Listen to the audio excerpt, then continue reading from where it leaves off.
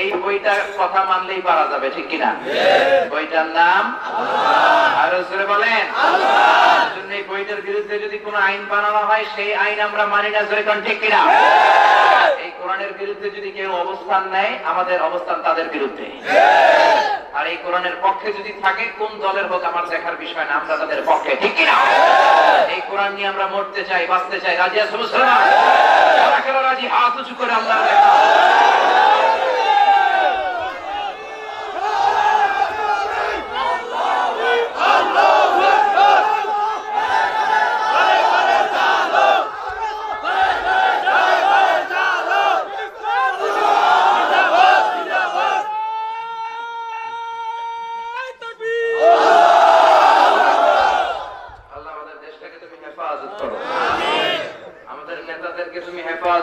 করতে পারে তাদের তৌফিক দাও। সব ধরনের বৈদেশিক শত্রুতা, কনস্পাইরেসি, ষড়যন্ত্র থেকে আমার দেশ মাতৃকাকে তুমি হেফাজত করো। আমাদের স্বাধীনতাকে তুমি অটুট রাখো। আমাদের ভাষাকে তুমি হেফাজত করো। এই যে এই মাস তো ভাষার মাস না, 21 ফেব্রুয়ারি ইন্টারন্যাশনাল মাদার ল্যাঙ্গুয়েজ ডে। যে সালাম বরকত রফিক এরা বুকের তাজা রক্ত ঠেলে দিল যে আমরা উর্দুতে কথা বলবো না, পাকিস্তানিদের হটাও, উর্দু হটাও, থাকবে বাংলা, ঠিক কিনা? যেই জাতি বাংলাকে বাঁচানোর জন্য এত কাজ করলো এখন বাংলার জায়গায় ঢুকছে হিন্দি। জি বাংলা আছে না নাই? স্টার জলসা আছে না নাই? কিরণমালা আছে না নাই? হিন্দি সিরিয়াল গুলো আছে না নাই? আমাদের ফ্যামিলি গুলো ধ্বংস করে দেওয়ার জন্য এই সিরিয়াল গুলো যথেষ্ট। আর 10টা বছর পরে ছেলেমেয়েরা বাংলা পারবে না, হিন্দিতে কথা কয়, আছে না নাই? আল্লাহ আমাদের নতুন প্রজন্মকে তুমি বাঁচাও। আরো জোরে করেন আমিন। আমি আপনাদের সামনে কোরআনুল কারীমের ছোট্ট একটা সূরা তেলাওয়াত করেছি, সূরাতুন আন-নাসর। নাসর মানে বিজয়, নাসর মানে সাহায্য। এই সাহায্যের ব্যাপারে কিছু কথা বলবো, পড়েন ইনশাআল্লাহ। সূরাটা মুখস্থ আছে না? এই ছোট সূরাগুলো আমাদের সবার মুখস্থ, ঠিক কি না? ছোট ছোট সূরাগুলো মসজিদে গেলে মাহফিলে আসলে মুখস্থ হয়ে যায়। আলহামদুলিল্লাহ পড়েন আলহামদুলিল্লাহ। এটা কোরআনের 3 পারার একটা সূরা, 110 নম্বর সূরা, সূরাটা মাদানী সূরা। নাসর মানে বিজয়। বিজয় আমাদেরকে দেয় কে? আল্লাহ। এই যে বদরের যুদ্ধে আমরা বিজয় পেলাম, আমরা অর্জন করেছি না আল্লাহ দিয়েছে? আমরা তো ছিলাম মাত্র 313, কত? কাফের ছিল কত? 1000। তার মানে কোন সংখ্যার কারণে কখনো আমরা বিজয় লাভ করি নাই। আমাদেরকে বিজয় দেয় কে? আল্লাহ। নাসরুম মিনাল্লাহ ওয়া ফাতহুন করিব। আল্লাহর পক্ষ থেকে নাসর আসবে, আল্লাহর পক্ষ থেকে সাহায্য আসবে, কিন্তু সেই পর্যন্ত তোমাদেরকে ধৈর্য ধারণ করতে হবে। এখন যদি অস্থির হয়ে যায়, হায় হায় মাইরা ফালাইল রে, খাইয়া ফালাইল রে, সব মইরা গেলাম, হায় হায় করলে হবে না। ওয়ালা তাহিনু ওয়ালা তাহসানু ওয়া আনতুমুল আ'লাউনা ইন কুনতুম মুমিনিন। মুমিনের ঈমান তো পাহাড়ের চেয়ে শক্ত হয়, চিল্লায় কর ঠিক কি না? ধৈর্য থাকবে অন্তরে, আল্লাহর উপর তাওয়াক্কুল থাকবে, সর্বোচ্চ প্রস্তুতি থাকবে, আর কোশেশ থাকবে, আর বিজয় ছিনিয়ে আনবে কে? আল্লাহ।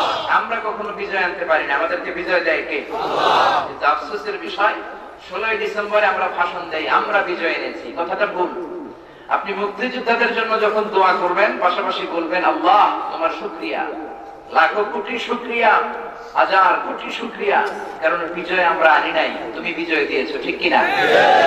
এক সাগরে রক্তের বিনিময়ে বাংলার স্বাধীনতা আনলে যারা, আমরা তোমাদের ভুলবো না, আমরা তোমাদের ভুলবো না। দুঃসহ বেদনার কণ্টক পথবে, শোষণের নাগ পাশ ছিঁড়লে যারা, আমরা তোমাদের ভুলবো না, আমরা তোমাদের ভুলবো না, ঠিক কিনা? আমরা প্রত্যেক 16 ডিসেম্বরের প্রোগ্রামে এটা জানান দেই যে মুক্তিযোদ্ধা ভাইয়েরা তোমাদেরকে আমরা ভুলবো না। শুধু তাদের স্লোগানই দেই, এটা ভুল। মুক্তিযোদ্ধাদের জন্য দোয়া হবে, তাদেরকে থ্যাঙ্কস জানানো হবে, কিন্তু শুকরিয়া হবে কার? আল্লাহ। এক সাগরে রক্তের বিনিময়ে বাংলার স্বাধীনতা দিলেন যিনি, আল্লাহ তোমাকে ভুলবো না, আল্লাহ তোমাকে ভুলবো না, ঠিক না? এজন্য মুমিনের অন্তরে ইতিকাদ, বিশ্বাস হলো আমাদের কোন শক্তি আমাদের সৈন্য সংখ্যা, আমাদের সামর্থ্য, আমাদের প্রস্তুতি আমাদেরকে বিজয় দিতে পারে না। বিজয় দেয় কে? ওমান নাসরু ইল্লা মিন ইনদিল্লাহিল আজিজিল হাকীম। নাসর, সাহায্য, বিজয়, এটা আমরা আনতে পারি না। বিজয় আনে কে? আল্লাহ। বিজয় দিয়ে আমাদেরকে ধন্য করেছে কে? আল্লাহ। 71 সালে পাক হানাদার বাহিনী যে মিলিটারি ফোর্স নিয়ে, ট্যাঙ্ক নিয়ে আর বন্দুক রাইফেল নিয়ে আমাদের উপর অ্যাটাক করেছিল, আসলে আমরা বাঙালিরা কি ওদের সাথে জয়লাভ করার কোনো ক্ষমতা ছিল? এই অলৌকিক ভাবে বিজয় আমাদেরকে দান করেছে কে? আল্লাহ। এজন্য 16 ডিসেম্বর আসলে শুধু মুক্তিযোদ্ধাদের গুণগান নয়, মুক্তিযোদ্ধাদেরকে থ্যাঙ্কস দিব, দোয়া করব আর প্রশংসা করব একজনের, তিনি কে? আল্লাহ। সে আল্লাহ বলছেন, ইযা জাআ নাসরুল্লাহি ওয়াল ফাth ورأيت الناس يدخلون في دين الله أفواجا فسبح بحمد ربك واستغفره إنه كان توابا الله أكبر নাসর মানে সাহায্য। নাসর মানে কি? এই সূরাটা মাদানী সূরা। কি সূরা? 10ম হিজরিতে হাজ্জাতুল ওয়াদা, বিশ্বনবী যে হজটা করেছেন, শেষ হজ বলতে বিশ্বনবী হজ জীবনে করেছেন একটা, আমরা করেছেন 4টা। হজ করতে কয়টা? এই হাজ্জাতুল ওয়াদা এর সময় আইয়ামুত তাশরিকের কোন একটা দিনে মিনা প্রান্তরে এই সূরাটাকে নাযিল করেছে কে? আল্লাহ। এই ছোট্ট সূরাটা আখিরু সূরাতিন নুজুলান কামিলান মিনাল কোরআন, কোরআনের সর্বশেষ নাযিল হওয়া পূর্ণাঙ্গ সূরা। কোরআনের সর্বপ্রথম নাযিল হওয়া পূর্ণাঙ্গ সূরা হচ্ছে সূরাতুল ফাতিহা, আর কোরআনের সর্বশেষ নাযিল হওয়া পূর্ণাঙ্গ সূরার নাম সূরাতুল আন-নাসর। একসাথে নাযিল হয়েছে। এই সূরাটা নাযিল হওয়ার পরে বিশ্বনবী বেশি দিন এই পৃথিবীতে থাকেন নাই, 80 দিন বেঁচে ছিলেন। কোন বর্ণনায় এসেছে 90 দিন। কয় দিন? এইজন্য এই সূরাটার একটা নাম হচ্ছে সূরাতুত তাওদিয়া, মানে বিদায়ের সূরা। বিশ্বনবী যে চলে যাবেন তার একটা আগাম সংবাদ এই সূরার ভিতরে আছে না নাই? এজন্য বিশ্বনবী বলতেন, ওয়াকাদ নুঈতু ইলা নাফসি। এই সূরা নাযিল হওয়ার পরে 80 দিন বেঁচে ছিলেন। প্রতিদিন বিশ্বনবী বলতেন, আমার মনে হয় আমি বাঁচব না। ফাবাকাত ফাতিমা রাদিয়াল্লাহু তাআলা আনহা। এই কথা শুনে বিশ্বনবীর কলিজার টুকরা, নয়নের পুতুলি সাইয়্যিদাতুনা ফাতেমা কান্না করা শুরু করলেন। বিশ্বনবী বললেন, ও ফাতেমা কেঁদো না, ইসবিরি ইয়া ফাতেমা, ধৈর্য ধারণ করো ফাতেমা, ফাইন্নাকি আউয়ালু আহলি বাইতিন লিহাকান বিহি, কারণ আমি এই দুনিয়া থেকে চলে যাওয়ার পরে সর্বপ্রথম আমার আহলে বাইতের মধ্য থেকে তুমি আমার সাথে দেখা করে ফেলবে। সুবহানাল্লাহ। 6 মাস পরে বিশ্বনবী থেকে গেলেন। শুধুমাত্র কেবলমাত্র 6 মাস পরে সাইয়্যিদাতুনা ফাতিমা রাদিয়াল্লাহু তাআলা আনহা পৃথিবী থেকে বিদায় নিয়েছেন। ঠিক কি না? এই সূরাটা বিশ্বনবীর চলে যাওয়ার একটা সংবাদ দেয়। কারণ এই সূরায় আল্লাহ বলেছে, ইযা জাআ নাসরুল্লাহি ওয়াল ফাth, ও নবী যখন সাহায্য আসবে, বিজয় আসবে, ওয়া রাআইতান নাস ইয়াদখুলুনা ফি দীনিল্লাহি আফওয়াজা, আর আপনি দেখবেন লোকজন দলে দলে কালিমা পড়ে মুসলমান হয়ে যায়।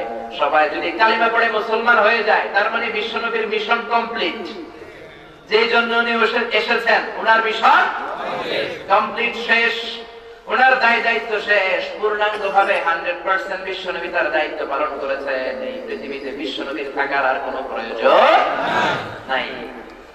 এই সূরাটা বিশ্বনবীর চলে যাওয়ার আগাম বার্তা দেয়।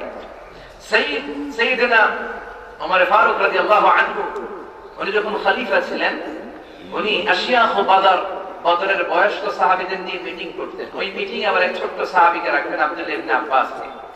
তো আশিয়াখ বদরের মুরব্বী সাহাবীর একটা ঘটনা কি, আমরা তো মুরব্বী, এই মুরব্বীদের মিটিং এ ছোট্ট আব্দুল্লাহ ইবনে আব্বাস নবীর চাচাতো ভাইরে ওমর রাখে কেন? এই কথা যখন ওমর ফারুক শুনলেন, উনি মনে মনে বললেন, দাঁড়াও আমি তোমাদেরকে বুঝাবো কেন রাখি। একদিনের মিটিং এ সাইয়েদনা ওমর ফারুক সবাইকে নিয়ে পড়তে আরম্ভ করলেন, পরেন, ইযা জাআ নাসরুল্লাহি ওয়াল ফাth ওয়া রাআইতান নাস ইয়াদখুলুনা ফি দীনিল্লাহি আফওয়াজা ফাসাব্বিহ বিহামদি রাব্বিকা ওয়াস্তাগফিরহু ইন্নাহু কানা তাওয়াবা। এই সূরা তেলাওয়াত করে সাইয়েদনা ওমর ফারুক আশিয়াখ বদরের বয়স্ক সাহাবীদের বললেন, এই সূরা থেকে আপনারা কে কি বুঝেছেন? এক সাহাবী বলে আমি বুঝেছি বিজয় আসে আল্লাহর পক্ষ থেকে। ওমর ফারুক বলে হয় নাই। আবার আরেক সাহাবী বললেন আমি বুঝেছি আমাদেরকে বড় বড় দেশ জয় করতে হবে। ওমর ফারুক বলল হয় নাই। আরেক সাহাবী বললেন এই সূরা থেকে আমি টের পেয়েছি আমি বুঝেছি বিজয়ের পরে শুকরিয়া করতে হবে কার? ওমর ফারুক বলে হয় নাই। এবার ছোট্ট আব্দুল্লাহ ইবনে আব্বাস ওমর ফারুক ডেকে বলে আব্দুল্লাহ এই ছোট্ট সূরা থেকে তুমি কি বুঝলা? ওমর ফারুক বলে আমি বুঝতে পারলাম আজালু রাসূলিল্লাহ। এই সূরা থেকে বিশ্বনবীর ইন্তেকাল যে খুব কাছাকাছি এই কথাটা আমি আব্দুল্লাহ টের পেয়েছি।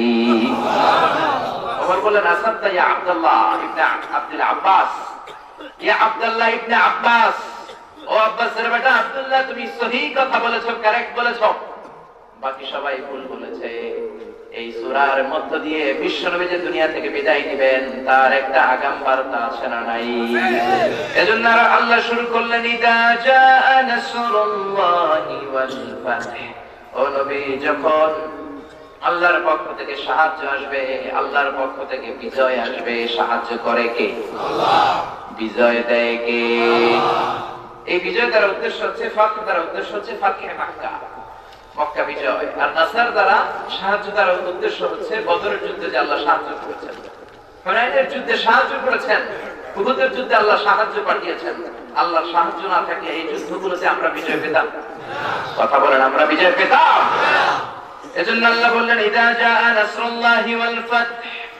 যখন আল্লাহর পক্ষ থেকে সাহায্য আসবে, যখন আল্লাহর পক্ষ থেকে বিজয় আসবে, এজন্য বিজয়ের জন্য বিশ্বনবী সব সময় আল্লাহর কাছে দোয়া করতেন, ও আল্লাহ বিজয় দাও, ওয়াজআলনি মিল্লাতুনকা সুলতানান নাসীরা। ও আল্লাহ আপনার পক্ষ থেকে বিজয়ী শক্তি আমারে দান করেন। আল্লাহ বললেন ও নবী আপনি এই দোয়াটা করেন যে আমি যেন আপনারে বিজয়ী শক্তি দেই। এই দোয়া শিখিয়ে দেওয়ার পরে বিশ্বনবী সব সময় আল্লাহর কাছে চাইতেন আল্লাহ আপনি আমারে ক্ষমতার মসনদে বসায়া দেন, ওয়াজআলনি মিল্লাতুনকা সুলতানান নাসীরা। ও আল্লাহ আপনার পক্ষ থেকে আপনি আমারে বিজয়ী শক্তি দেন। কারণ শক্তি না থাকলে ওয়াজে সব কাজ হয় না। কথা বলেন ঠিক কিনা? ইন্নাল্লাহা লা ইয়াযা'ু বিস-সুলতান মা লা ইয়াযা'ু বিল-কুরআন। আল্লাহ মাঝে মাঝে ক্ষমতার দাপটে সমাজে এমন কিছু করায় দেয় যেটা কোরআনের মাধ্যমে করায় না। জোরে কোন ঠিক কিনা? আমরা হাজার বছর ওয়াজ করলেও আপনারা সবাই নামাজি হবেন না, এই কথা আমাদের ভালোই জানা আছে। যাদের নসিব ভালো তারা হয়তো নামাজি হবে, কিন্তু সবাই নামাজি হবেন না।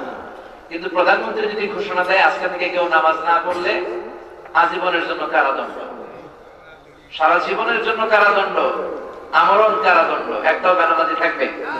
ধরে বলেন। এজন্য সব সময় ওয়াজে কাজ হয় না, আইনেরও দরকার আছে না নাই? আর আইন প্রয়োগের জন্য সংসদে কোরআনকে বসানোর প্রয়োজন আছে না নাই? ধরে বলেন আছে না নাই? শুধু ওয়াজে সব কাজ হয় না। বাংলাদেশের খতিব সাহেব ওবায়দুল হক সাহেব বাংলাদেশের মধ্যে একজন বিখ্যাত খতিব ছিলেন। উনি মদের বিরুদ্ধে খুব ওয়াজ করতেন। উনি ওয়াজ করতে করতে মরে গেলেন, কিন্তু মদ মরে নাই। ঠিক কিনা? মুফতি ফজলুল হক আমিনী মদের বিরুদ্ধে ওয়াজ করতে করতে মরে গেলেন, মদ মরে নাই। চরমনায়ের আগের পীর সাহেব মদের বিরুদ্ধে ওয়াজ করতে করতে মরে গেলেন, মদ মরে নাই। সারসিনা দরবারের পীর সাহেব মদের বিরুদ্ধে ওয়াজ করতে করতে মরে গেলেন, মদ মরে নাই। আমিও সারা জীবন মদের বিরুদ্ধে ওয়াজ করব, আমিও মরে যাব, মদ মরবে না। ঠিক কিনা? কারণ আইন দিয়ে যেটা প্রতিষ্ঠিত ওইটা ওয়াজ দিয়ে মারা যায় না, ওইটা আইন দিয়ে মারতে হয়। চিল্লা বলেন ঠিক কিনা? এজন্য বিশ্বনবী বললেন ইন্নাল্লাহা লা ইয়াযা'ু বিস-সুলতান মা লা ইয়াযা'ু বিল-কুরআন। আল্লাহ ক্ষমতা দিয়ে সমাজে মাঝে মাঝে এমন এমন জিনিস করে কোরআন দিয়ে ওয়াজ দিয়ে সেটা করে না। এজন্য প্রধানমন্ত্রী বানাবে আইন আর আমরা করব ওয়াজ। প্রধানমন্ত্রী দিবে মাইর, তাইলে আর গাঁজা থাকবে না, ইয়াবা থাকবে না, ফেন্সিডিল থাকবে না। প্রধানমন্ত্রী দিবে মাইর, মাইরের ঘোষণা, আজীবন কারাদণ্ডের ঘোষণা, জেল জরিমানার ঘোষণা, আর আমরা করে যাব ওয়াজ। আইন আর ওয়াজ, মাইর আর ওয়াজ, দুইটার সমন্বয় ইসলাম কায়েম করে দিবে কে? আল্লাহ। এজন্য রব্বুল আলামিন বলেন ইযা জাআ নাসরুল্লাহি ওয়াল ফাতহ। ও নবী যখন আল্লাহর পক্ষ থেকে সাহায্য আসবে, বিজয় আসবে, وَرَأَيْتَ النَّاسَ يَدْخُلُونَ فِي دِينِ اللَّهِ أَفْوَاجًا। আর আপনি দেখবেন দলে দলে ঢলে ঢলে লোকজন কালিমা পড়ে মুসলমান হয়ে যায়। ও নবী, আপনি দেখবেন আল্লাহর ওয়াদা, লোকজন দলে দলে ঢলে ঢলে বাঁধ ভাঙা জোয়ারের মতো কালিমা পড়ে মুসলমান হয়ে যাচ্ছে। চিল্লায় পড়েন আল্লাহু আকবার। এজন্য ইসলামের অগ্রযাত্রাকে থামানো যায় না। যে ইসলামের অগ্রযাত্রাকে থামাতে চায়, ওরে থামায় দেয় কে? আল্লাহ। ইসলামের আলোকে নিভানো যায় না। ইসলামের আলোরে যে নিভাইতে চায়, ওরে নিভায় দেয় কে? আল্লাহ। সুবহানাল্লাহ পড়েন। ইউরিদুনা লিয়ুতফিউ নূরাল্লাহি বিআফওয়াহিহিম ওয়াল্লাহু মুতিম্মু নূরিহি ওয়ালাউ কারিহাল মুশরিকুন। ওরা চায় ওদের মুখের ফু দিয়ে ইসলামের আলোকে, কোরআনের আলোকে, দ্বীনের আলোকে নিভিয়ে দিবে। কিন্তু আল্লাহ বললেন, খবরদার, ইসলামের আলো নিভানো যাবে না। কিয়ামত পর্যন্ত আমি আল্লাহ ইসলামের আলোকে প্রজ্বলিত করেই রাখবো। সুবহানাল্লাহ। এজন্য কোন জেল, জরিমানা, হুমকি ধমকি আর রক্তচক্ষুর ভয় দেখিয়ে ইসলামের অগ্রযাত্রার বিজয়কে ঠেকিয়ে রাখা সম্ভব না। জোরে কোন ঠিক কিনা? ওয়ারাআইতান নাসা ইয়াদখুলুনা ফি দীনিল্লাহি আফওয়াজা। ও নবী, আমি আল্লাহর ঘোষণা, আমি আল্লাহর ওয়াদা, দলে দলে ঢলে ঢলে আপনি দেখবেন লোকজন কালিমা পড়ে মুসলমান হয়ে যায়।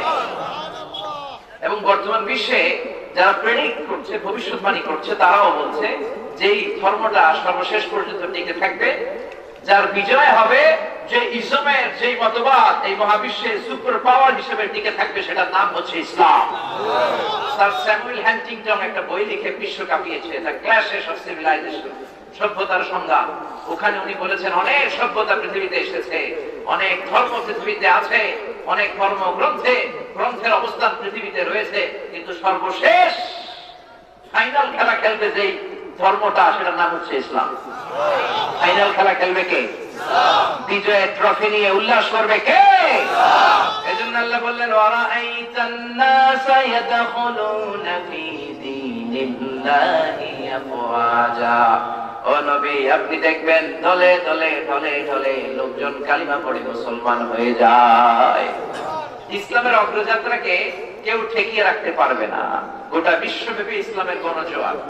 কেউ যদি আপনারা সিএনএন এর নিউজ গুলো দেখেন, কেবল নিউজ নেটওয়ার্কের, বিবিসি, ব্রিটিশ ব্রডকাস্টিং কর্পোরেশন যদি আপনারা করেন, টাইমস ম্যাগাজিনের কিছু রিপোর্ট যদি আপনারা পড়েন, আল জাজিরার সবগুলো নিউজ যদি আপনার চোখে থাকে, আপনি সবগুলো ইকুয়েশনকে ড্র করলে, মিলালে বুঝবেন ইসলামের অগ্রযাত্রার সেই মহাধ্বনি শুনতে আর বেশি বাকি নাই। ইউরোপ আমেরিকাতে বানের মতো লোকজন কালিমা পড়ে মুসলমান হচ্ছে, হাজার হাজার।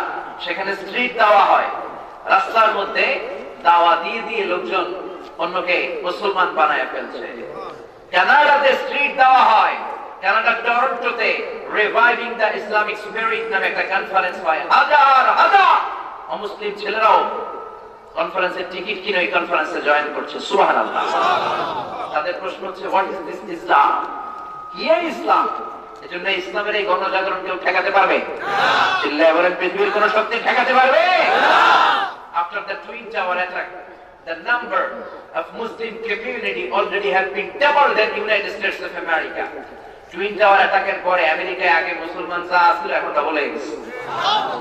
আপনাদের মনে হয় যে তালেবান, আল কায়েদা আর আইএস এর নাটক সাজিয়ে বুশ, ওবামা, তারপর ক্লিনটন আর ডোনাল্ড ট্রাম্প ইসলামকে মুছে ফেলছে? না, ইসলামের আওয়াজকে স্তব্ধ করে দেয়া যায় না, ইসলামের বাতিকে নিভিয়ে দেয়া যায় না, ইসলামের গোড়াকে কর্তন করা যায় না। ইসলামের স্বয়ং হেফাজত করছে আমার আল্লাহ। জিল্লাহ বলেন ঠিক কিনা?